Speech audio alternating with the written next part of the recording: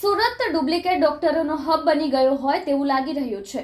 લિંબાયત પોલીસે 3 ડુપ્લિકેટ ડોક્ટરને ઝડપી પાડી મેડિકલ સરસામાન જપ્ત કર્યો છે। ગત રોજ ડિંડોલી વિસ્તારમાંથી 2 મહિલા સહિત 6 બોગસ તબીબો ઝડપાયા હતા। ટેક્સટાઇલ અને ડાયમંડ બાદ જાણે સુરત નકલી ડોક્ટરોનું હબ બન્યું હોય તેમ વધુ બોગસ ડોક્ટરને ઝડપી લેવામાં આવ્યા છે।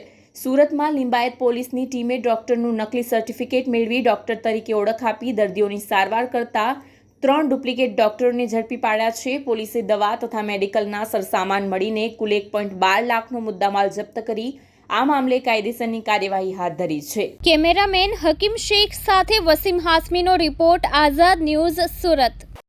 જી સાહેબ, લિંબાયત પોલીસને ઇન્ફોર્મેશન મળી હતી કે લિંબાયત પોલીસ સ્ટેશન વિસ્તારમાં 3 લોકો કોઈપણ જાતની ઓથોરિટી ન હોવા છતાં ડૉક્ટર તરીકે પ્રેક્ટિસ કરે છે। પોલીસે આરોગ્ય વિભાગની ટીમને સાથે રાખી અને રેડ કરી હતી કે જેમાં 3 ડૉક્ટરો પકડાયા હતા। આ 3માં એકનું નામ રાજેશ યાદવ, એક ધર્મેન્દ્ર યાદવ અને એક દીના આદિત્ય કલિતા કરીને છે।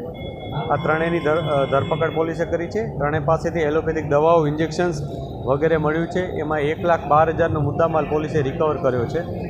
આ લોકો પાસે કોઈપણ જાતની ડિગ્રી ન હતી। એક જે લેડી છે એમાં એણે પોતે પણ નર્સિંગનો કોર્સ કર્યા હોવાનું જણાવ્યું છે અમને। એ પણ અમે તપાસ કરી રહ્યા છીએ કેટલો સમય એણે નર્સિંગ તરીકે પ્રેક્ટિસ કરી છે।